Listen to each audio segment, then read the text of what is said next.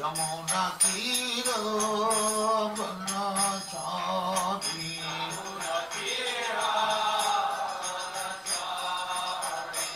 Jamuna Tiro Banachari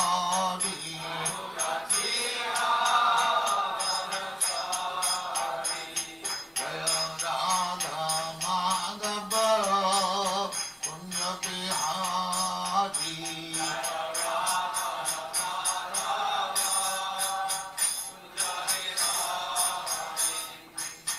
Gopi Jana Vallabha Girivaradhari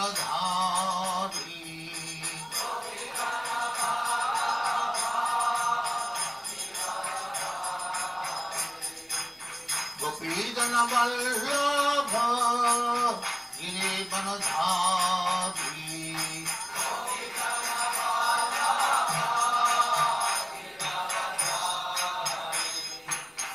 Yasodhanandana Brajajana Ranjana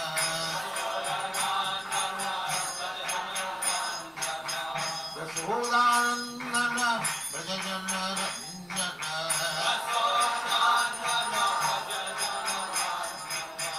Yamuna Tiro Banachari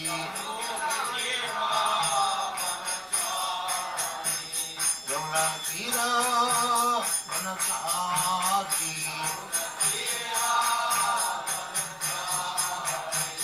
Jaya Radha Madhava Punya Bihari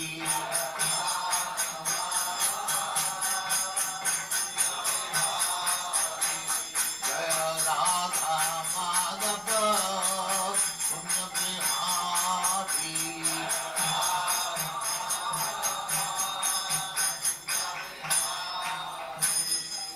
Jaya Radha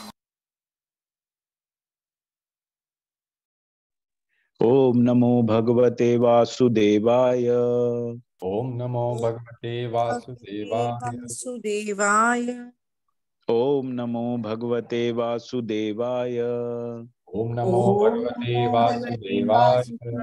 वासुदेवाय। ओम नमो भगवते वासुदेवाय। ओम नमो ओम भगवते भगवते वासुदेवाय। हरे कृष्णा। आप सभी का स्वागत है। हरे कृष्ण प्रभु। हरे कृष्णा। जी, दंडवत हरे प्रणाम। कृष्णा। प्रभु जी पल्लवी माता जी को होस्ट बना दे। जी जी ओके।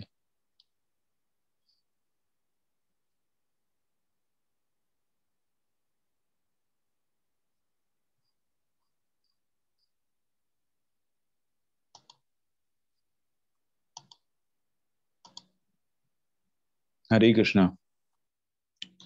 तो कल हमने भाग 2 शुरू किया भक्ति रसामृत सिंधु का। तो अब हम आगे बढ़ते हैं। भाग 2 में हमने जो पहला अध्याय चैप्टर 20 जो है 20वां चैप्टर हमने देखा, इसमें दिव्य रस के बारे में हमने जाना कि किस तरह से जो 5 तरह के भाव हमने देखे, विभाव, अनुभाव, सात्विक भाव, व्यभिचारी भाव और स्थायी भाव, है ना। और उसके बाद हमने देखा कि किस तरह से वो मिश्रित होके दिव्य आनंद का जो आस्वादन किया जा सकता है इन भावों के मिश्रित होने से, और उस दिव्य रस को हम प्राप्त कर सकते हैं। और फिर हमने देखा कि जो विभाव के अंदर भी 2 हैं, जो जिस तरह से आश्रय और विषय के बारे में हमने जाना, जिसमें कृष्ण जो है विषय है और जो उनके डिवोटीज हैं, जो भक्त हैं, वो आश्रय हैं। तो और ये भी देखा हमने कि किस तरह से कृष्ण जो है आश्रय के रूप में आके और उस स्वाद को का आनंद लेते हैं, है ना। तो ये दिव्य रस था। उसके बाद हमने कृष्ण के विभिन्न गुणों को देखा, जिसमें हमने शुरू के जो 50 गुण देखे, जो जीवों में पाए जाते हैं, सभी जीवों में पाए जाते हैं। और उसके बाद 10 गुण और देखे जो देवताओं के अंदर भी पाए जाते हैं। और 4 गुण हमने जो देखे जो सिर्फ और सिर्फ भगवान के अंदर हैं, है ना। जो असीम सौंदर्य होता है उनका, असीम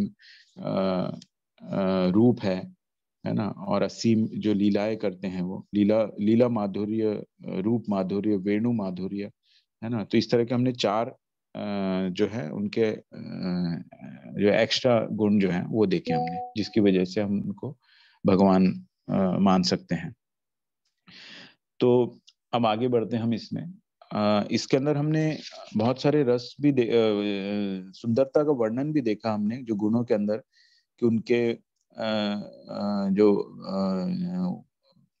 उनकी गर्दन शंख जैसी है, उनकी आंखें सुंदर है, कमल फूल के समान है ना, शरीर वृक्ष के समान श्यामल है, बालों के ऊपर गुच्छा है, वक्ष स्थल पर शिवस के चिन्ह है। तो बड़े सुंदरता से उनको प्रदर्शित किया है।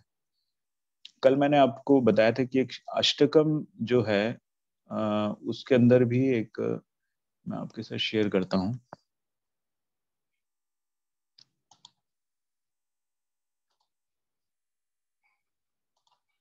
ये अष्टकम है, मधुर अष्टकम है। ये आचार्य हैं, वल्लभाचार्य हैं, वैष्णव आचार्य हैं ये, उन्होंने इसको कंपोज किया है। तो अब इसमें देखेंगे तो जो हमने अभी पढ़ा है कृष्ण के गुण में, है ना, जितने सुंदरता से उनके गुणों का वर्णन किया है, इस कंपोजिशन में देखिए, वचनम मधुरम, हर चीज उनकी मधुर है, ऐसा वो बताना चाह रहे हैं। वचनम मधुरम, चरितम मधुरम, वसनम मधुरम, वलितम मधुरम, चलितम मधुरम, भ्रमितम मधुरम, मधुराधिपतेर अखिलम मधुरम, है ना। His words are sweet, his character is sweet, his dress is sweet, his posture is sweet, his movements are sweet, his wandering roaming is sweet, everything is completely sweet about the Lord of Sweetness। तो बहुत ही अच्छा compose किया इन्होंने, और ये गुणों के साथ हमारे जो ये चैप्टर है श्री कृष्ण के गुण के साथ बहुत मेल खाता है ये। तो इसको हम लोगों ने एक लय के साथ भी एक सीखा है। मुझे लगता है क्लास में कई लोग हैं जो शायद जानते होंगे। तो मैं एक बार आपको बताता हूँ, तो उससे आपको उस रस का एक आस्वादन होगा, है ना। इसके माधुर्य और माधुर्यता उसमें आएगी, है ना। ये सिर्फ एक तो पढ़ते हैं और एक गीत के रूप में हम इसको पढ़ते हैं, तो किस तरह से इसको आप पढ़ सकते हैं। मैं एक बार पढ़ के बताऊंगा, उसके बाद जो भी पढ़ना चाहेंगे वो मैं दोहराऊंगा, उसके बाद वो दोहरा सकते हैं, है ना। इसका जो मुखड़ा है वो अलग से है ना, वो मैं अलग से आपको बताऊंगा।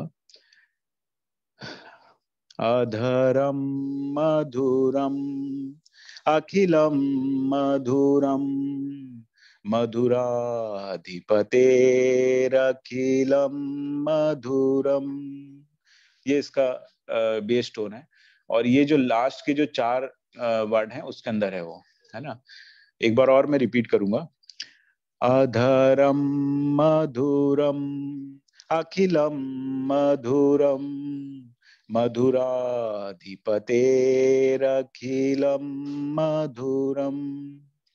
अब मैं पूरा एक बार पढ़ के आपको बताऊंगा, उसके बाद एक बार रिपीट करेंगे, और फिर जो पढ़ना चाहेंगे उसको नेक्स्ट। इसमें भी अष्टकम है ये, तो आठ तरह से है, और ये पूरे गुण इसके अंदर जो है कृष्ण के, हर चीज को माधुर्य के साथ मधुरम कहा है उन्होंने, स्वीटनेस के बारे में बताया है। वचनम मधुरम, चरितम मधुरम, वसनम मधुरम, वलितम मधुरम, चलितम मधुरम, भ्रमितम मधुरम, मधुराधिपतेरखिलम मधुरम। ये इसका बेस टोन है। आप कोई पढ़ना चाहते हैं तो नेक्स्ट हम लोग सेकंड वाला कोई पढ़ना चाहेंगे? कोई श्लोका क्लास से है इसमें? हरे कृष्णा। हरे कृष्णा, मेरा आवाज आ रहा है ना? करके पढ़ सकते हैं। कोई पढ़ना चाहेगा तो अतः जी अनम्यूट कर सकते हैं कोई। हरे कृष्णा, सबको अनम्यूट का ऑप्शन दिया गया है, कोई पढ़ना चाहे तो पढ़ सकते हैं। मैं पढ़ना चाहूंगा यस प्रभु जी, हाँ यस प्रभु जी। मैं पढ़ना चाहूंगा माता जी। मधुरो एक मधुरा प्राणिर्मधुरा माधो मधुरो नृत्यं मधुरं सख्यं मधुरं मधुराधिपतिरखिलं मधुरम। हरे कृष्ण प्रभु जी। Very nice. हरे कृष्णा इसका प्रभु जी। यस यस माता जी, 1 मिनट। तो इसका जो मतलब है, his flute playing is sweet, his foot dust is sweet, his hands are sweet, his feet are sweet, his dancing is sweet, his friendship is sweet, everything is completely sweet about the Lord of sweetness. Yes, next one. Prabhu ji next में Yes माता जी, पढ़िए। गीतं मधुरं पीतं मधुरं मुक्तं मधुरं सुक्तं मधुरं रूपं मधुरं तिलकं मधुरं मधुराधिपतिरखिलं मधुरम। Very nice. तो वो कह रहे हैं, his song is sweet, his drinking is sweet, his eating is sweet, his sleeping is sweet, his beautiful form is sweet, his tilak is sweet, everything is completely sweet about the Lord of sweetness. Yes, next one. मैं पढ़ूं मैं प्रभु पढ़ूं जी। प्रभु जी, मैं पढ़ूं प्रभु जी। करुणं मधुरं तरुणं मधुरं हरणं मधुरं रमुणं मधुरं वमितं मधुरं शमितं मधुरं मधुराधिपतेरखिलं मधुरम्। Very nice. His deeds are sweet, his conquest is sweet, his thieving is sweet, his love sports are sweet, his oblations, offerings are sweet, his countenance is sweet, everything is completely sweet about the Lord of sweetness. Prabhu ji Yes, मैं पढ़ूं next. प्रभु जी ये मैं पढ़ूं। पढ़िए पढ़िए पढ़िए माता जी। कुंजा मधुरा माला मधुरा यमुना मधुरा बीची मधुरा सलिलम मधुरम कमलम मधुरम मधुराधिपते रखिलम मधुरम। Very nice. So his gunja berry, which is chirmi necklace, is sweet. His flower garland is sweet. Sweet is the Yamuna river, and sweet are her rippling waves. Her water is sweet, and sweet are the lotus flowers. Also, everything is completely sweet about the Lord of sweetness. Yes, next. हरे कृष्णा गुरु मैं जी। पढ़ूंगा प्रभु जी। गोपी गोपी मधुरा लीला मधुरम युक्तं मधुरं भोक्तं मधुरं दृष्टं मधुरं शिष्टं मधुरं मधुराधिपतिरखिले मधुरम। Hare Krishna. So his gopis are sweet. His pastimes are sweet, his union is sweet, his deliverance is sweet, his sidelong glances are sweet, his courtesy is sweet, everything is completely sweet about the Lord of sweetness. Yes, Hare last. Krishna. प्रभु जी मैं पढ़ूं 1 number. Gopa मधुरा गावो मथुरा यश्रीर्मधुर सृष्टिर्मधुरा दलितं मधुरं फलितं मधुरं मधुराधिपते रत तरखिलनं मधुरम। Hare Krishna. Yes, Madhuradhipater Akhilam Madhuram. Okay. His gopas are sweet, his cows are sweet, his cane sweet, herding stick, cane is herding stick, is sweet, his creation is sweet, his victory is sweet, his accomplishment is sweet, everything is completely sweet about the Lord of sweetness. तो ये बहुत अच्छा compose करके उन्होंने एक ही अष्टकम के अंदर काफी गुण जो हैं कृष्ण के बताए उन्होंने। अब हम गुणों के बारे में आगे और विस्तार से जानते हैं। हरे कृष्ण प्रभु जी। पल्लवी माता जी का थोड़ा नेटवर्क इशू है, उन्हें फिर से होस्ट बना दें। Okay okay okay okay.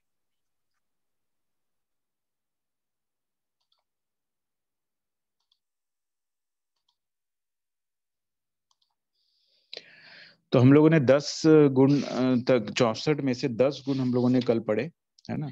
उसके अंदर सुंदर स्वरूप के बारे में बताया, फिर शुभ लक्षणों से युक्त है वो, और रुचिर हैं और तेजोमय हैं।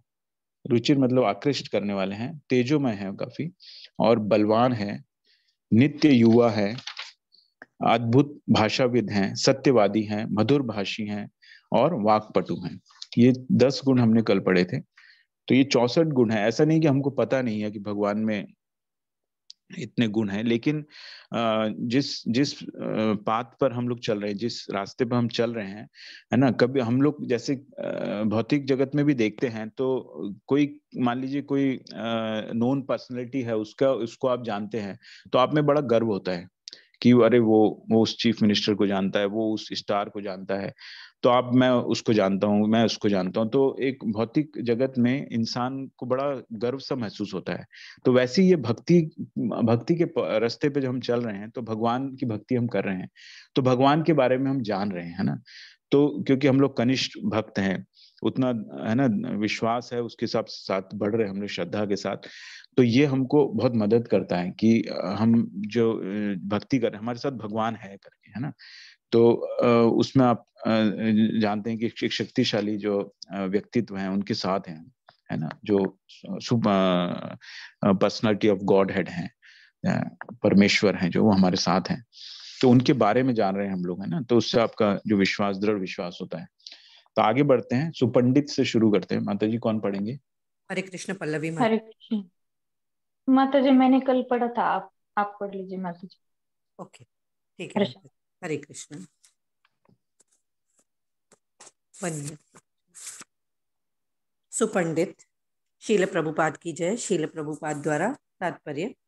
सुपंडित, जब कोई व्यक्ति अत्यधिक शिक्षित होता है और दृढ़ता पूर्वक नैतिक नियमों के अनुसार कार्य करता है तो वह परम विद्वान कहलाता है। ज्ञान के विभिन्न विभागों में दक्ष व्यक्ति शिक्षित कहलाता है। चूंकि वह नैतिक नियमों के अनुसार कार्य करता है, अतएव नैतिक रूप से पुष्ट माना जाता है। ये दोनों गुण मिलाकर विद्वता कहलाते हैं। सांदीपनी मुनि के यहाँ कृष्ण द्वारा शिक्षा ग्रहण का वर्णन नारद मुनि ने इस प्रकार किया है। प्रारंभ से ब्रह्मा तथा अन्य लोगों उन बादलों की तरह हैं जो कृष्ण रूपी महासागर के जल की बाप से बनते हैं। दूसरे शब्दों में, ब्रह्मा ने अपनी प्रारंभिक वैदिक शिक्षा कृष्ण से प्राप्त की। जिस तरह सारे बादल समुद्र से जल प्राप्त करते हैं, फिर ब्रह्मा ने जो वैदिक शिक्षा विश्व को दी, उसे सांदीपनी मुनि रूपी पर्वत का आश्रय प्राप्त हुआ। सांदीपनी मुनि द्वारा कृष्ण को दिए गए उपदेश पर्वत के उस जलाशय की भांति है जो नदी के रूप में बहकर पुनः अपने स्तोत्र कृष्ण रूपी सागर से मिलना जाता है। अधिक स्पष्ट करने पर भाव यह है कि कृष्ण को कोई शिक्षा नहीं दे सकता। जिस प्रकार सागर अत्यंत स्रोत से जल न लेकर अपने ही स्रोत से जल ग्रहण करता है, केवल ऐसा लगता है कि नदियां समुद्र से जल उड़ेल रही हैं। अतएव यह स्पष्ट है कि ब्रह्मा ने अपनी शिक्षा कृष्ण से प्राप्त की और शिष्य परंपरा द्वारा ब्रह्मा से यह वैदिक विद्या विपरीत हुई। सांदीपनी मुनि इस नदी के तुल्य हैं जो पुनः उस मूल कृष्ण रूपी सागर की ओर बहती है। सिद्धगण अर्थात सिद्ध लोक के निवासी जो पूर्ण विकसित योग शक्ति सहित उत्पन्न होते हैं, और ऐसे ही अन्य लोगों के वासी चार गण कृष्ण से इस तरह प्रार्थना करते हैं, हे गोविंद, विद्या की देवी 14 प्रकार की शिक्षा विषयक आभूषणों से सुसज्जित है। उसकी बुद्धि चारों वेदों में सर्वव्याप्त है। उसकी दृष्टि सदैव मनु जैसे मुनियों द्वारा प्रदत्त विधि ग्रंथों पर रहती है, और वह 6 प्रकार के दक्ष ज्ञान से अर्थात न्याय, व्याकरण, फलित ज्योतिष, छंद, निरुक्त तथा तर्क से विभूषित है। वेदांग पुराण उसके नित्य सखा हैं और वह समस्त विद्याओं के अंतिम निर्णय से अलंकृत है। अब उसे पाठशाला में अपनी सहपाठी के रूप में आपके साथ बिठाने का अवसर मिला है और वह अब आपकी सेवा में लगी हुई है। हरे कृष्ण माता जी, किसी और को चांस दें।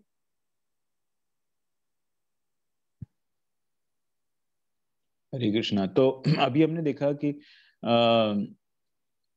सुपंडित का एक तो डेफिनेशन दी है। एक तो पंडित होता है, एक सुपंडित होता है ना। पंडित हम किसको बोलते हैं कि जो एक तो भौतिक जगत में हम लोग देखते हैं कि जो कर्म कांड करते हैं वो, उनको भी हम पंडित बोलते हैं ना। तो जो थोड़ा बहुत शास्त्रों का कर्म कांड का जानकार होता है उसको हम अपने आम जीवन में पंडित बोलते हैं। यहाँ पे सुपंडित बोला है जिसमें विद्वान तो वो है ही है और साथ में नीतिज्ञ भी है ना। तो नीति अनुसार वो काम कर रहे हैं।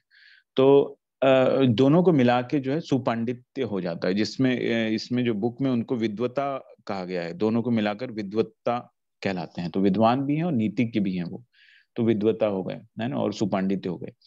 और आप देखेंगे कि कृष्ण ने के गुरु है सांदीपनी मुनि, है ना। तो उन्होंने हम ये बताने के लिए कि शिक्षा ग्रहण के लिए गुरु के शरण में जाना बहुत जरूरी है ना। ये दिखाने के लिए उन्होंने दिया। ऐसा नहीं उनको ज्ञान नहीं था या वो नहीं था, तो बट फिर भी उन्होंने गुरु को की शरण लेके दिखाया, एग्जाम्पल प्रेजेंट किया कि हमें गुरु के शरण में जाना बहुत जरूरी है। बिना गुरु के हम लोगों को आगे प्रगति मुश्किल है।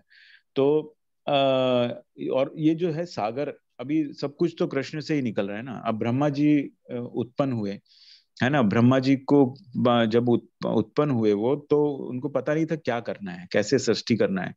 तो वो बहुत कंफ्यूज हो गए थे कि मैं क्या करना है। तो उसके बाद वो उन्होंने काफी कोशिश भी की। फिर उसके बाद उन्होंने तपस्या की, है ना, कई हजारों साल तपस्या की। उसके बाद वो भगवान के शरण पहुंच पाए।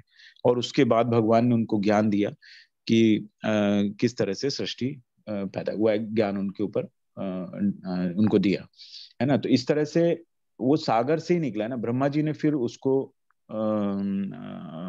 नीचे जो है फ्लो हुआ, ब्रह्मा जी से ज्ञान वो फ्लो हुआ, तो वो नदी रूप में फ्लो हुआ। तो ऐसा बता रहे हैं कि सागर से इवोपरेट होता है पानी, वो बादलों में जाता है और बादल से फिर वर्षा होती है और वो नदी के रूप में मिलके वापस सागर में मिल जाता है। तो जो कृष्ण है वो सागर है ना। इसमें जो बताया गया है वो सागर है, ज्ञान के सागर हैं वो। तो जैसे भगवत गीता में भी बताया कि मैं वेदों में मैं साम वेद हूँ। तो जो उनके पूरा जो शास्त्र सब वेद हैं उसमें समाये हुए हैं, सब सागर ज्ञान के सागर में सब समाये हुए हैं। और जो बाकी सब हैं वो नदियों की भांति उसमें उनसे बहते हैं और वो वापस सागर में मिल जाता है। तो ये बहुत अच्छा वर्णन दिया हुआ है संदीपनी मुनि का। तो वो उस नदी के समान है। और ये छह अंग, वेदों के 6 अंग बताए हैं, है ना। बुक में कुछ थोड़े से वर्ड्स अलग अलग हैं थोड़े से इस पीडीएफ से। तो बुक जो लेटेस्ट है, आप लोग बुक जरूर रखिएगा हार्ड कॉपी, तो उसमें आपको लेटेस्ट ये मिलेगा। हाँ यस माता जी, आगे बढ़ते हैं। हरे कृष्णा। सुधीर प्रभु जी अब पढ़ लीजिए। हाँ, हरे कृष्णा माता जी सभी को। शील प्रभुपाद जी की जय। शील प्रभुपाद जी के द्वारा तात्पर्य। आवाज आ रही है ना माता जी? जी आ रही है प्रभु जी, आ रही है। भगवान कृष्ण को किसी प्रकार की शिक्षा की आवश्यकता नहीं है, किंतु वे विद्या की देवी को अपनी सेवा करने का अवसर प्रदान करते हैं। आत्मनिर्भर होने के कारण कृष्ण को किसी जीव से सेवा कराने की आवश्यकता नहीं है। यद्यपि उसके अनेक भक्त हैं, किंतु वे इतने उदार एवं कृपालु हैं कि वे हर एक को अपनी सेवा करने का अवसर देते हैं, मानो उन्हें अपने सारे भक्तों से सेवा कराने की आवश्यकता हो। उनकी नैतिकता के विषय में श्रीमद् भागवत में कहा गया है कि कृष्ण वृंदावन पर उसी प्रकार शासन कर रहे हैं मानो चोरों के लिए साक्षात मृत्यु हो, पवित्र आत्माओं के लिए सुखद अनुभव हो, तरुणियों के लिए अत्यंत सुंदर कामदेव हो तथा निर्धन व्यक्तियों के लिए परम दानी हो। वे अपने मित्रों के लिए चंद्रमा के समान उत्फुल्लकारी और अपने विपक्षियों के लिए शिव जी से उत्पन्न प्रलयंकारी अग्नि है। अतएव कृष्ण विभिन्न प्रकार के व्यक्तियों के साथ अपने पारस्परिक बर्ताव में परम पूर्ण नैतिकवादी हैं। जहां वे चोरों के लिए साक्षात काल हैं, वहां ऐसा नहीं है कि वे नैतिक नियमों से विहीन हो। या क्रूर हों तो भी वे दयालु रहते हैं, क्योंकि चोरों को प्राण दंड देना तो नैतिकता का सर्वोच्च गुण है। भगवत गीता में भी भगवान कृष्ण कहते हैं कि वे विभिन्न व्यक्तियों के साथ उनके बर्तावों के अनुसार ही पृथक पृथक बर्ताव करते हैं। यद्यपि भक्तों तथा अभक्तों के साथ उनके बर्ताव पृथक पृथक हैं, तो भी वे समान रूप से उत्तम होते हैं। क्योंकि भगवान कृष्ण सर्वोत्तम हैं, अतएव हर एक के साथ उनका बर्ताव सदैव उत्तम होता है। हरे कृष्णा सभी। हरे कृष्णा। तो ये नैतिकता के ऊपर काफी बताया है कि भगवान हमेशा न्यायोचित काम ही करते हैं। तो सबके साथ जो है नीतिगत तरीके से वो पेश आते हैं, वो चाहे चोर हो, पवित्र आत्माएं हैं, तरुणियां हैं, एग्जाम्पल दिया हुआ जैसे प्रभुपाद ने, है ना। और हमने महाभारत में भी जो देखा है तो उन्होंने काफी नीतिगत तरीके से और न्यायोचित तरीके से पूरा जो महाभारत का समापन हुआ था, तो उसमें उस ग्रंथ में हमको काफी कुछ उनके नीतिगत रूप भी देखने को मिले हैं। तो महान नीतिज्ञ के बारे में बताया। तो इस तरह से दोनों मिलके ज्ञान भी है और नीतिज्ञ भी है, तो ये सुपंडित हो गया। अगला पढ़ते हैं हम लोग, बुद्धिमान। बीना दवे माता जी। हरे कृष्णा प्रभु जी। हरे कृष्णा माता जी। श्रील प्रभुपाद की जय। श्रील प्रभुपाद जी के द्वारा बुद्धिमान, तीक्ष्ण स्मृति और सूक्ष्म बुद्धि वाले दोनों को बुद्धिमान कहा जाता है। श्री कृष्ण की स्मृति की तीक्ष्णता के विषय में कथन है कि अवंतीपुर में स्थित सांदीपनि मुनि के आश्रम में अध्ययन करते हुए श्री कृष्ण गुरु से एक बार जो शिक्षा सुन लेते थे, तत्काल उस विषय में पूर्ण निष्णात हो जाते थे। वास्तव में तो सांदीपनि के गुरुकुल में जाकर वे जगत के सामने यह आदर्श रखना चाहते थे कि चाहे कोई कितना भी महान अथवा दक्ष क्यों न हो, पर विद्या के लिए किसी बड़े के पास अवश्य जाना पड़ेगा। महान से महान व्यक्ति के लिए भी गुरु शरण में जाना अनिवार्य है। श्री कृष्ण की सूक्ष्म बुद्धि तब प्रकट हुई जब वे मथुरापुरी पर आक्रमणकारी म्लेच्छराज से युद्ध कर रहे थे। वैदिक विधान है कि क्षत्रिय राजाओं को म्लेच्छों को मारने के लिए भी स्पर्श नहीं करना चाहिए। अतः जब उस म्लेच्छराज ने मथुरा को घेर लिया तो श्री कृष्ण ने उसे अपने हाथों मारना अच्छा नहीं समझा, पर उसे मारना भी अवश्य है। इसलिए अपनी सूक्ष्म बुद्धि का परिचय देते हुए श्री कृष्ण ने युद्धभूमि से भागने का निश्चय किया, जिससे यमनराज उसका पीछा करे। तब वे उसे उस कंदरा में ले गए जहां मुचुकुंद निद्रा मग्न था। मुचुकुंद को शिवजी से यह वर था कि निद्रा भक्त होने पर उसकी दृष्टि जिस पर पड़ जाएगी वह तत्क्षण भस्म हो जाएगा। अतः श्री कृष्ण बुद्धिमानी से म्लेच्छराज को उस कंदरा में ले गए जहां मुचुकुंद निद्रा मग्न था और इस प्रकार उसे भस्म करा दिया। हरे कृष्णा। हरे कृष्ण। तो ये धन्यवाद माता जी। तो ये बुद्धिमान, अत्यधिक बुद्धिमान लिखा है इसमें। तो ये इस तरह के बहुत सारे वर्णन हैं जिसके अंदर, और जैसे ये बताया कि इन्होंने लिया आदर्श प्रस्तुत किया, उन्होंने आदर्श रखना चाहते थे, इसलिए उन्होंने संदीपनी मुनि के आश्रम में अध्ययन किया, कि अदरवाइज उनको अध्ययन करने की जरूरत नहीं है ना।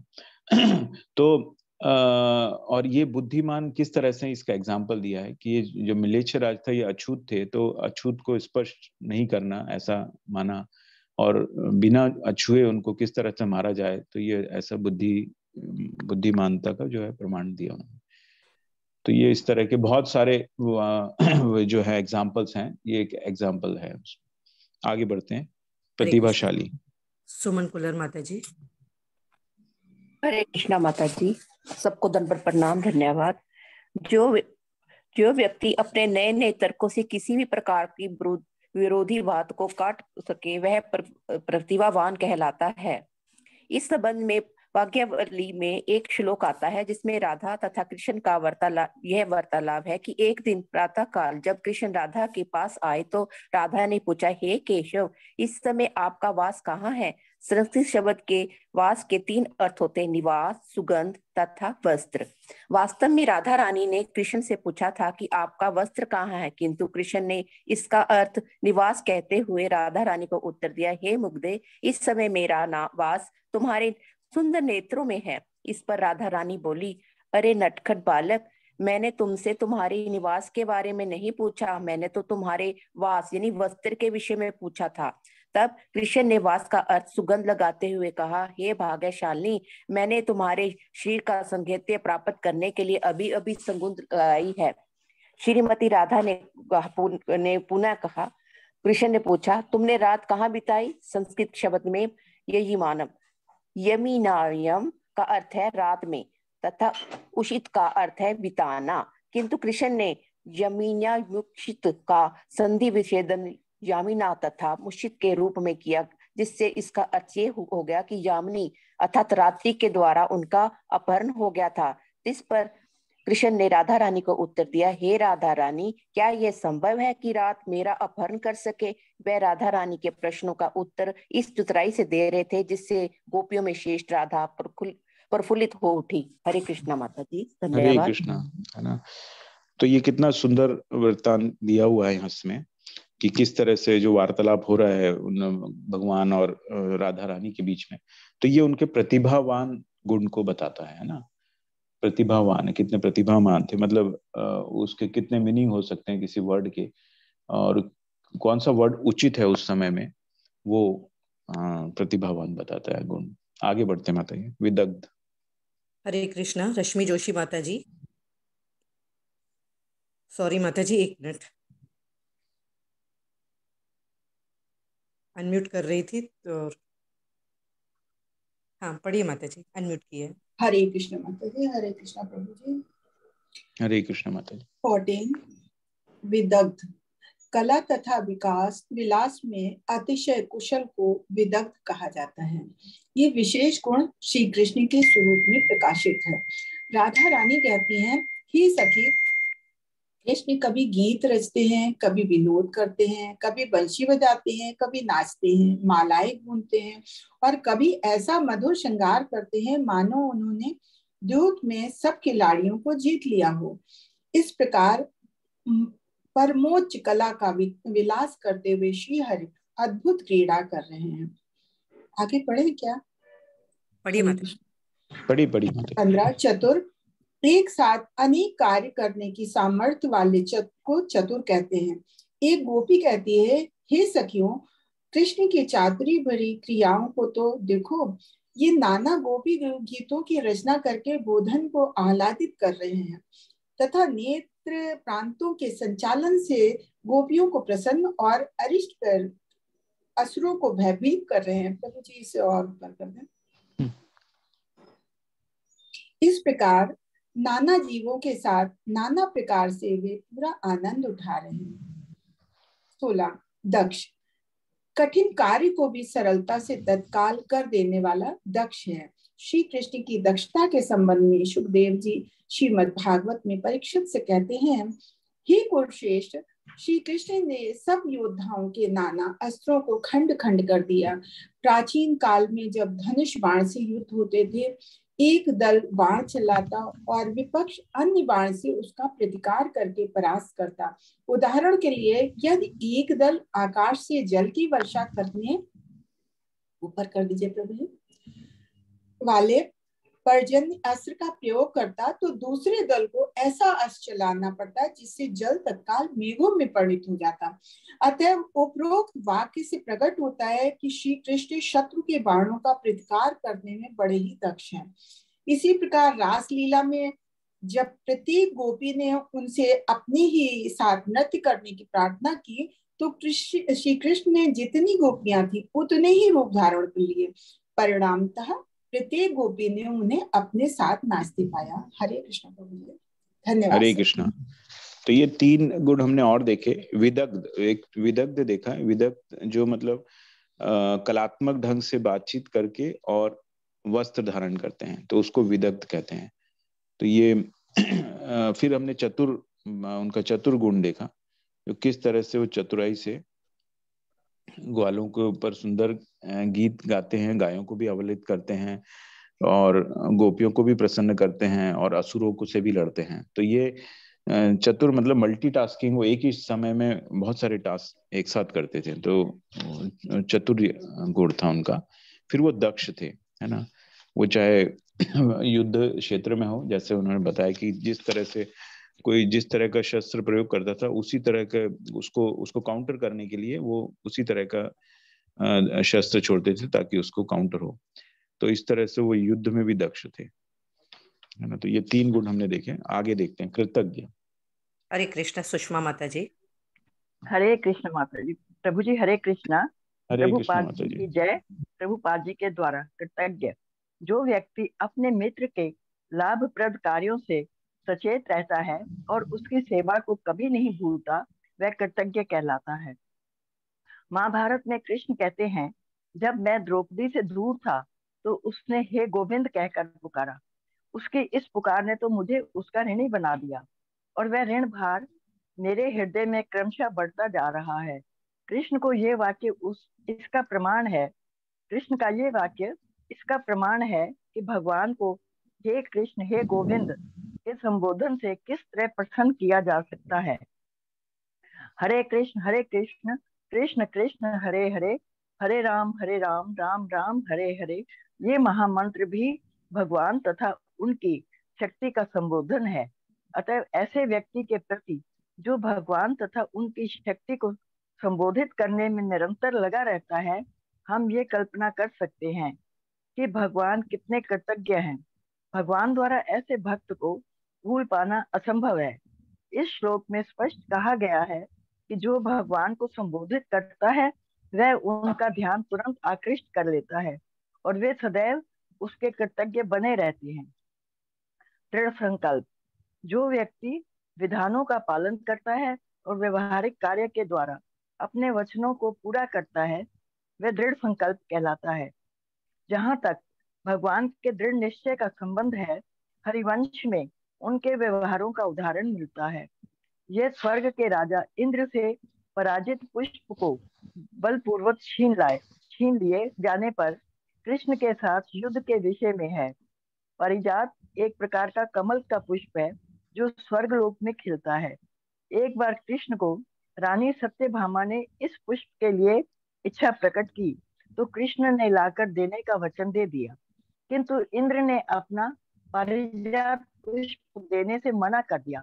अतएव एक भीषण युद्ध हुआ जिसमें कृष्ण तथा पांडव एक ओर थे और सारे देवता दूसरी ओर थे। अंततः गोत्वा कृष्ण ने सबों को हरा दिया और वह पारिजात पुष्प लाकर अपनी रानी को भेंट किया। अतएव इस घटना के सिलसिले में कृष्ण ने नारद मुनि को बतलाया, हे देव ऋषि, आप समस्त भक्तों और विशेष रूप से अभक्तों में ये घोषित कर दे कि पारिजात के प्राप्त करने में सारे देवताओं अर्थात गंधर्वों, नागों, राक्षसों, यक्षों, पनगों ने मुझे पराजित करना चाहा, किंतु उनमें से कोई भी मेरे द्वारा अपनी रानी को दिए गए वचन को भंग नहीं करा सका। भगवत गीता में कृष्ण द्वारा दिया गया दूसरा वचन वह है जिसमें वे कहते हैं कि उनका भक्त कभी नष्ट नहीं होगा। अतएव ऐसे निष्ठावान भक्त को जो सदैव भगवान की दिव्य प्रेम सेवा में संलग्न रहता है, वह निश्चित रूप से जान लेना चाहिए कि कृष्ण कभी अपना वचन भंग नहीं करेंगे। वे हर हालत में अपने भक्तों की रक्षा करेंगे। कृष्ण ने सत्यभामा को पारिजात पुष्प लाकर द्रौपदी को अपमानित होने से बचाकर तथा अर्जुन को सारे शत्रुओं के आक्रमणों से बचाकर यह दिखला दिया कि वे किस प्रकार अपने वचनों को पूरा करते हैं। कृष्ण के इस वचन को कि उनके भक्त कभी नष्ट नहीं होते, इंद्र ने पहले भी स्वीकार किया था जब वह गोवर्धन लीला में परास्त हुआ था। जब कृष्ण ने ब्रज वृंदावन वासियों को इंद्र की पूजा करने से रोक दिया तो इंद्र क्रुद्ध हुआ और उसने मूसलाधार वर्षा द्वारा वृंदावन को जलमग्न कर दिया। किंतु कृष्ण ने गोवर्धन पर्वत को छाते की तरह उठाकर वृंदावन के सारे नागरिकों एवं पशुओं की रक्षा की। इस घटना के बाद इंद्र ने अनेक स्तुतियां की और कृष्ण की शरण ग्रहण करते हुए स्वीकार किया। आपने गोवर्धन पर्वत धारण करके तथा वृंदावन के नागरिकों की रक्षा करके अपने इस वचन को पूरा किया कि आपके भक्त कभी नष्ट नहीं होते। हरे कृष्ण। हरे कृष्णा। हरे हरे कृष्णा। कृष्णा तो ये प्रभु दो जी, हरे गुण, कृष्ण, धन्यवाद। हरे कृष्ण, धन्यवाद माता जी। तो दो गुण जो है कृतज्ञ और दृढ़ संकल्प, है ना। तो कृतज्ञ का एग्जाम्पल उन्होंने दिया है द्रौपदी का, जब उन्होंने सिर्फ हे गोविंद बोला और वो आ गए। उसके बाद नीचे एग्जाम्पल नीचे ये दिया है जो महामंत्र है हरे कृष्ण कृष्ण कृष्ण हरे हरे, हरे राम राम राम हरे हरे, यह भी भगवान तथा उनकी शक्ति का संबोधन है। तो द्रौपदी जो थी महान भक्त थी वो, तो हम ऐसा नहीं कि हम बोलेंगे और भगवान आ जाएंगे, है ना, क्योंकि अभी तो बहुत अंदर हमको सफाई करनी है ना। तो उस सफाई का जो रास्ता भी बताया है, जो चैतन्य महाप्रभु आए हम इस युग में, और ये कृपा हमको मिली कि ये मंत्र हमको मिला, है ना। तो ये इससे हमको पूरा शुद्धता जब तक नहीं लाएंगे, वो ऐसा पुकारने से भगवान नहीं आएंगे, है ना। तो लोग कहते हैं कि ये इस्कॉन में जो है लोगों का ब्रेन वॉश करते हैं। तो ब्रेन वॉश मतलब वो यही वॉश करते हैं, जो गंदगी होती है ना उसको वॉश किया जाता है।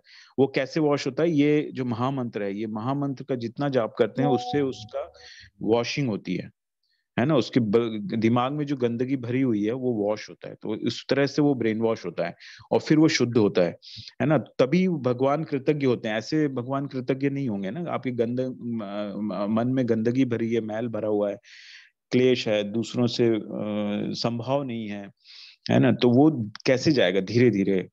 और जैसे जैसे उम्र बढ़ती है तो वो बहुत और मुश्किल होते जाता है ना। तो ये इस तरह से भगवान कृतज्ञ रहते हैं। तो हम लोग को एक महामंत्र मिला है, इससे हम लोग को अपनी शुद्ध करना है हमारे मन को। कंटिन्यूस जाप, जितना जाप कर सकते हैं उससे शुद्धता आती है और आपको दृढ़ विश्वास होता है। उसके बाद भगवान जो है कृतज्ञ रहते हैं। इसमें द्रौपदी का एग्जाम्पल दिया है, और एक एग्जाम्पल सुदामा का भी आप देखिए। सुदामा द्वारका जाते हैं मिलने, और भगवान एकदम बड़े आतुरता से उनसे मिलते हैं।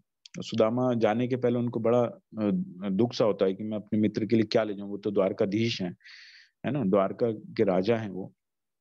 तो फिर भी वो पोटली में एक चावल, उनकी वाइफ जो है चावल का बना के देती है, जो भी था घर के अंदर, और फिर वो उनको प्रस्तुत कर। कृष्ण इतने कृतज्ञ रहते हैं वो कि उसको पूरी उनकी मित्रता को आप वो निभाते हैं और उस प्रेम के साथ उसको ग्रहण करते हैं, है ना। तो रुक्मणी को बड़ा आश्चर्य होता है कि ये क्या है ना।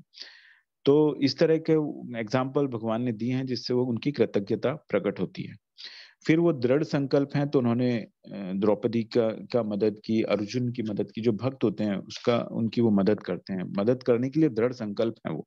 और भगवत गीता में भी उन्होंने कहा है कि जो मेरा भक्त है उसके पास जो भी है उसकी मैं रक्षा करता हूँ, और जो उसकी जरूरत है उसको मैं पूरा करता हूँ, है ना। तो इस तरह से वो दृढ़ संकल्प भी है भक्ति के लिए। तो जो भक्ति में लगा रहता है उसका कभी विनाश नहीं हो सकता, ऐसा भी बोला है भगवत गीता में।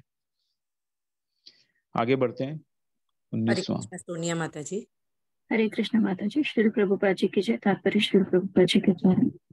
काल तथा परिस्थितियों के कुशल निर्णायक। कृष्ण परिस्थितियों, देश, काल तथा साज सामान के अनुसार लोगों से निपटने में अत्यंत कुशल थे। वे उद्धव से गोपियों के साथ अपनी रास के विषय में बतलाते हुए विशेष काल, परिस्थिति तथा व्यक्ति के बारे में अपनी कुशल पटुता का परिचय देते हैं। आज जैसी शरद की पूर्णिमा की रात इसके लिए सर्वोपयुक्त समय है। इसके लिए विश्व भर में सर्वोत्तम स्थान वृंदावन है और सर्व सुंदरी बालाएं गोपियां हैं। अतएव हे मित्रोद्धव, मुझे इन परिस्थितियों का लाभ उठाकर अब रास नृत्य में संलग्न होना चाहिए। शास्त्रों के प्रमाण के अनुसार देखने वाले, शास्त्र चक्षु। जो व्यक्ति शास्त्रों के नियम के अनुसार ही कार्य करता है वह शास्त्र चक्षु कहलाता है। शास्त्र चक्षु का अर्थ है जो प्रामाणिक शास्त्रों की आंखों से देखता है। वस्तुतः किसी भी ज्ञानी तथा अनुभवी व्यक्ति को इन्हीं ग्रंथों के माध्यम से हर वस्तु को देखना चाहिए। उदाहरणार्थ, हम अपनी कोरी आंखों से सूर्यमंडल को देदीप्यमान वस्तु मात्र के रूप में देखते हैं, किंतु जब हम विज्ञान में किसी प्रामाणिक ग्रंथ या अन्य साहित्य के माध्यम से देखते हैं तो हमें पता चलता है कि यह सूर्यमंडल पृथ्वी से कितना बड़ा है और कितना शक्तिशाली है। अतएव कोरी आंखों से वस्तुओं को देखना वास्तविक देखना नहीं होता। प्रामाणिक ग्रंथों या शिक्षकों के माध्यम से वस्तुओं को देखना असली देखना है। इस तरह यद्यपि कृष्ण भगवान है और भूत, वर्तमान तथा भविष्य को देख सकते हैं, किंतु लोगों को शिक्षा देने के लिए वह सदैव शास्त्रों का उल्लेख करते हैं। उदाहरणार्थ, यद्यपि भगवत गीता में कृष्ण सर्वोच्च अधिकारी के रूप में प्रवचन कर रहे हैं, तो भी वे वेदांत सूत्र को प्रमाण के रूप में उल्लेखित करते हुए एवं उद्धृत कर रहे हैं।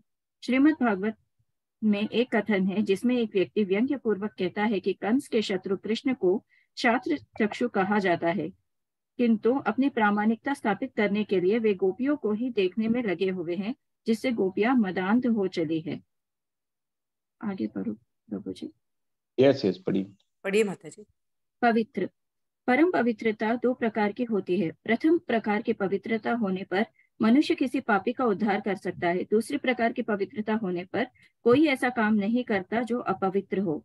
जिस व्यक्ति में इन दोनों गुणों में से कोई एक भी गुण होता है वह परम पवित्र कहलाता है।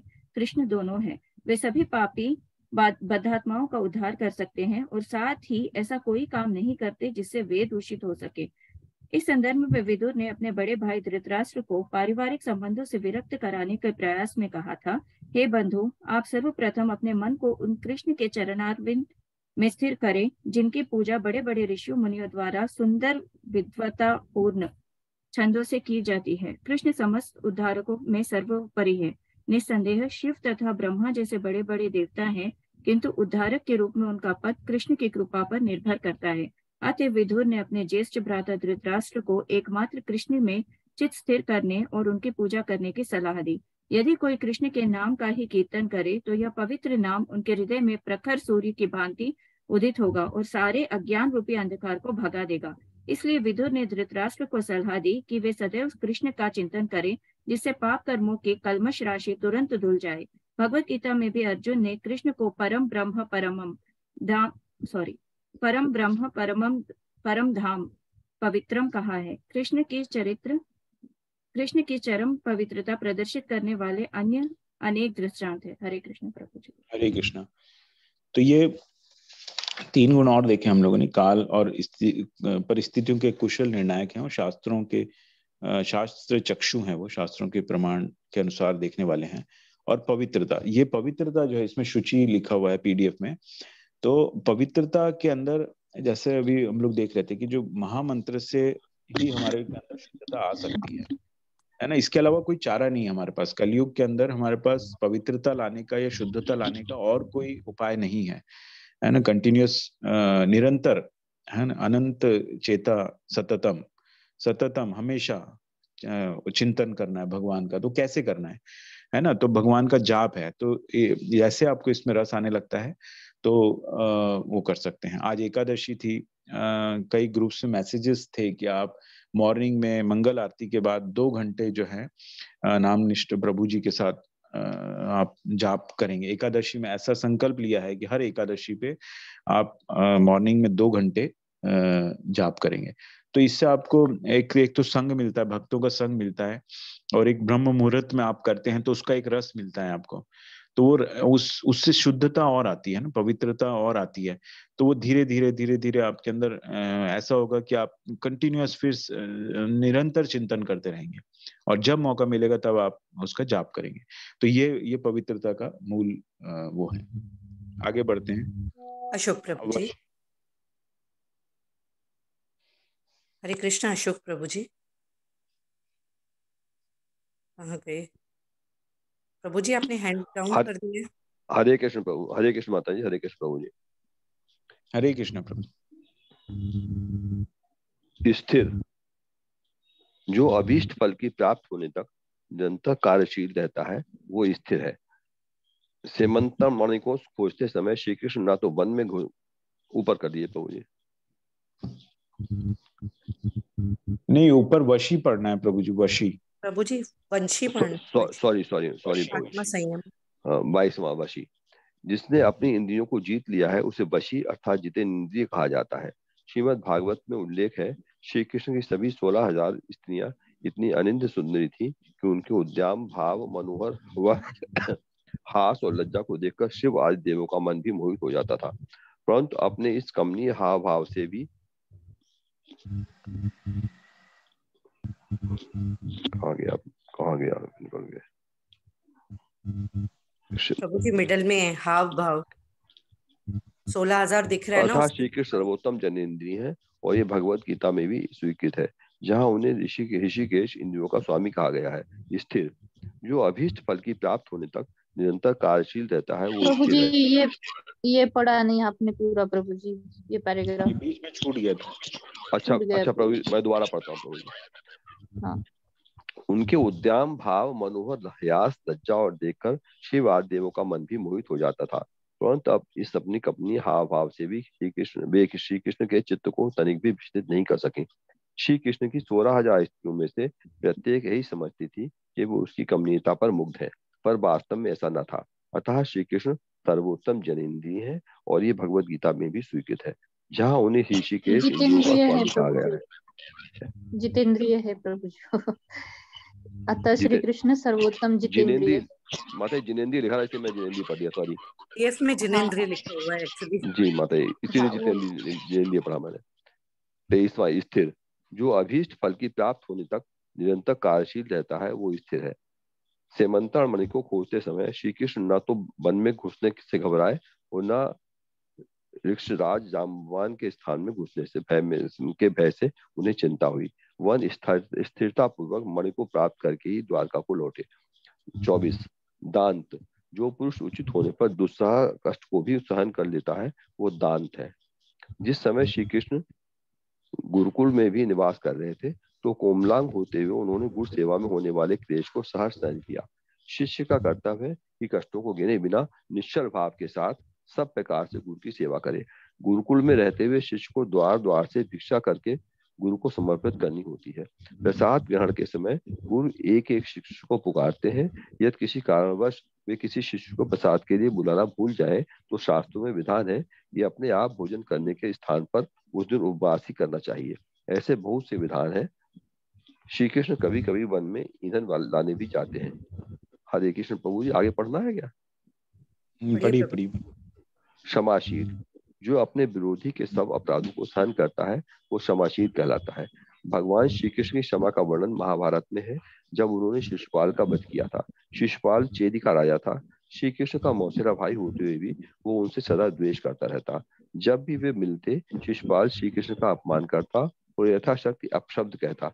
महाराज युधिष्ठिर के राजसूय यज्ञ में भी उसने ऐसा ही किया, परंतु श्री कृष्ण ने उपेक्षा पूर्वक उसे कोई उत्तर नहीं दिया। वहां उपस्थित कुछ लोग शिशुपाल का वध करने को उद्यत हुए तो भी श्री कृष्ण ने उनका भी निषेध कर दिया। वे स्वभाव से ही क्षमाशील थे।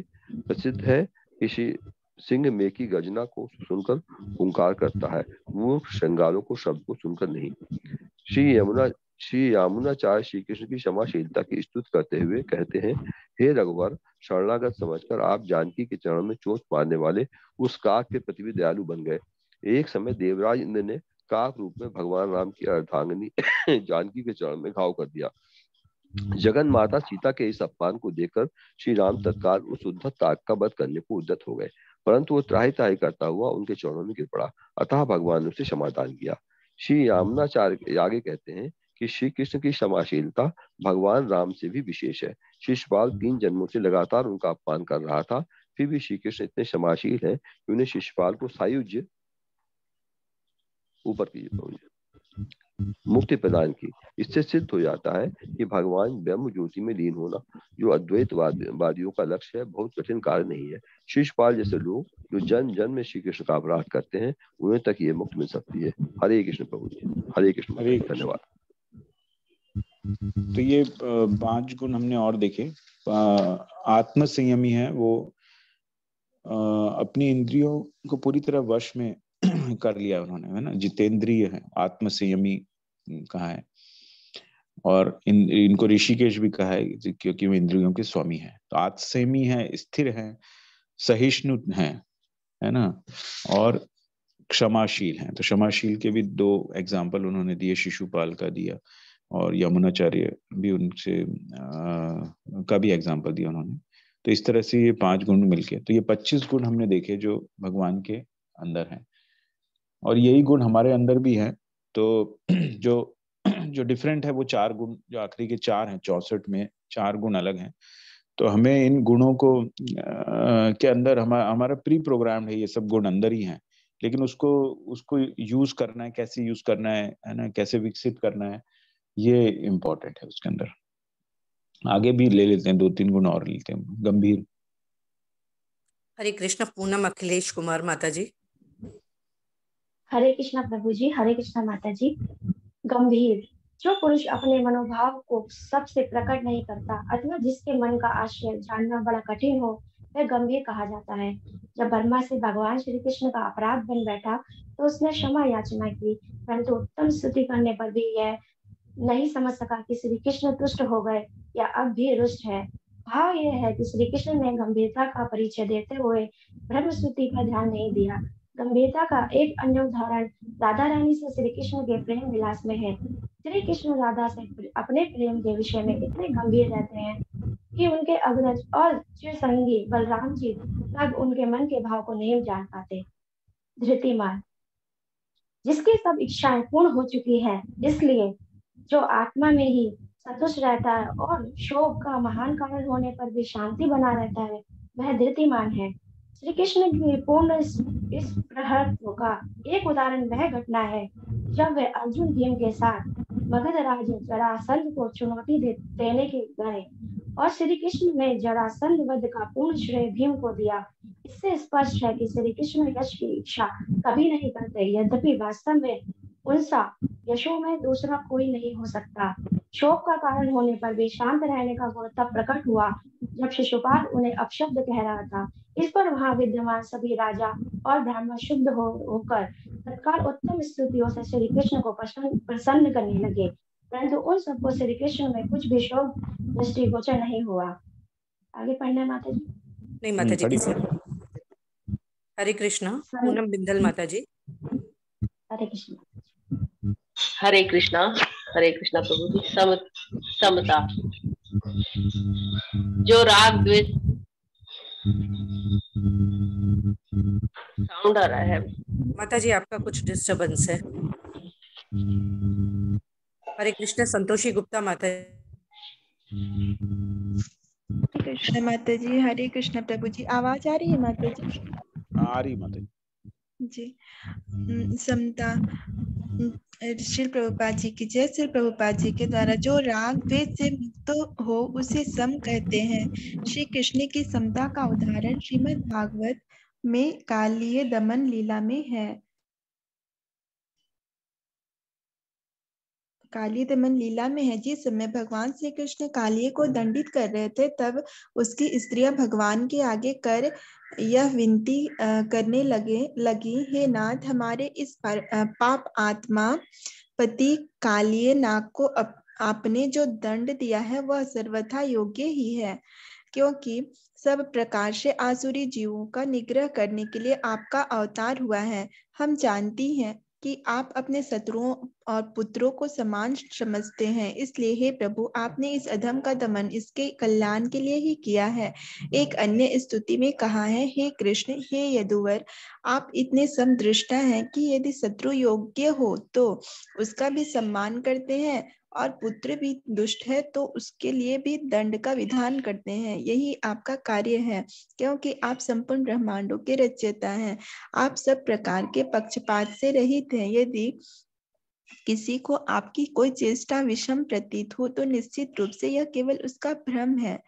वदान्य, दानवीर पुरुष जो उदारता से दान देता है वह वदान्य, माता जी स्क्रीन ऊपर कीजिए थोड़ा, वदान्य कहलाता है। जब श्री कृष्ण द्वारका में राज्य कर रहे थे तब उनकी उदारता तथा दानवीरता की कोई अवधि न थी। वस्तुतः उनकी उदारता इस सीमा पर थी कि चिंतामणि, सुरभि तथा कल्प वृक्षों आदि ऐश्वर्यों से युक्त वैकुंठ जगत का भी द्वारका में अतिक्रमण हो गया। श्री कृष्ण के गोलोक वृंदावन नामक दिव्य धाम में सुरभि नामक गायें अपरिमित मात्रा में दुग्धामृत प्रदान करती है। वहां ऐसे असंख्य कल्पतरु हैं जिनसे सब प्रकार के फल यथेष्ट संख्या में प्राप्त किए जा सकते हैं। भूमि उस चिंतामणि से रचित है जिसके संसर्ग से लोहा भी स्वर्ण बन जाता है। भाव यह है कि श्री कृष्ण के दिव्य धाम में सब कुछ अद्भुत ऐश्वर्यमय है। फिर भी जब श्री कृष्ण द्वारका में विराजमान थे तो उनकी उदारता गोलोक वृंदावन के ऐश्वर्य से कहीं बढ़ चढ़ कर थी। श्री कृष्ण जहाँ भी रहते हैं गोलोक वृंदावन का अनंत ऐश्वर्य स्वतः रहता है। यह भी उल्लेख है कि द्वारका में श्री कृष्ण, माता जी ये कितना है, 16,108 16,108 जी, 16,108 रूपों में प्रत्येक महिषी के साथ अलग महल में रहते थे। वे अपनी रानियों के साथ उन महलों में सुख से रहते ही नहीं थे, अपितु प्रत्येक महल से नित्य नियम से सुंदर वस्त्र और अलंकारों से युक्त 16,000 नहीं 13,054 गौओं का दान भी करते थे। माता जी स्क्रीन ऊपर कीजिए। इस प्रकार वे प्रतिदिन कुल 16,108 मल्टीप्लाई 13,054 गौओं का दान करते थे। इतने विशाल गोधन के दान के मूल्य की कल्पना भी नहीं की जा सकती, परंतु द्वारका पर राज्य करते हुए श्री कृष्ण का तो यह साधारण दैनिक कार्य था। धार्मिक जी, हरे कृष्ण माता जी। पूनम मिंदल माता जी आप ट्राई करेंगे वापस? हाँ जी, हरे कृष्णा माता जी, दंडवत प्रणाम सभी को। जो स्वयं शास्त्र विहित धर्म का आचरण करता है और दूसरों को भी उसकी शिक्षा देता है वह धार्मिक है। केवल किसी मत में विश्वास होना धार्मिकता का द्योतक नहीं है। यह आवश्यक है कि स्वयं धर्म का आचरण करे और अपने निजी उदाहरण से दूसरों को भी शिक्षित करे। ऐसा व्यक्ति ही यथार्थ में धार्मिक है। इस धराधाम पर श्री कृष्ण की उपस्थिति के काल में यहाँ अधर्म का नाम भी नहीं था। इस संदर्भ में नारद जी ने एक बार श्री कृष्ण से परिहास में कहा, हे गोपेंद्र, आपके बैल रूपी धर्म के चारों चरण इस प्रकार बड़े हैं कि उसने अधर्म रूपी सारी जात पात को खा डाला है। भाव यह है कि श्री कृष्ण की कृपा से धर्म का इस अच्छी प्रकार से रक्षण होता था जिससे अधर्म देखने को भी दुर्लभ हो गया था। प्रसिद्ध है कि श्री कृष्ण निरंतर नाना यज्ञों में देवताओं का आह्वान करते रहते थे जिससे वे देवता अपनी स्त्री से सदा दूर रहते थे। अतः पतियों के वियोग में संतप्त उनकी स्त्रियां कलयुग में प्रकट होने वाले भगवान श्री कृष्ण के 9वें अवतार बुद्ध देव के लिए प्रार्थना करने लगी। भगवान श्री कृष्ण के अवतार से प्रसन्न होने के स्थान पर वे बुद्ध देव से अवतीर्ण होने की याचना करने लगी, जिससे पशु हिंसा रोकने के लिए बुद्ध देव वैदिक यज्ञों का निषेध कर देते हैं। देवांगनाओं ने विचार किया कि यदि बुद्ध देव का अवतार हो गया तो यज्ञ बंद हो जाएंगे, जिससे उनका अपने पतियों से विछोह नहीं होगा। कभी कभी जिज्ञासा होती है कि आजकल देवगण स्वर्ग से पृथ्वी पर क्यों नहीं आते।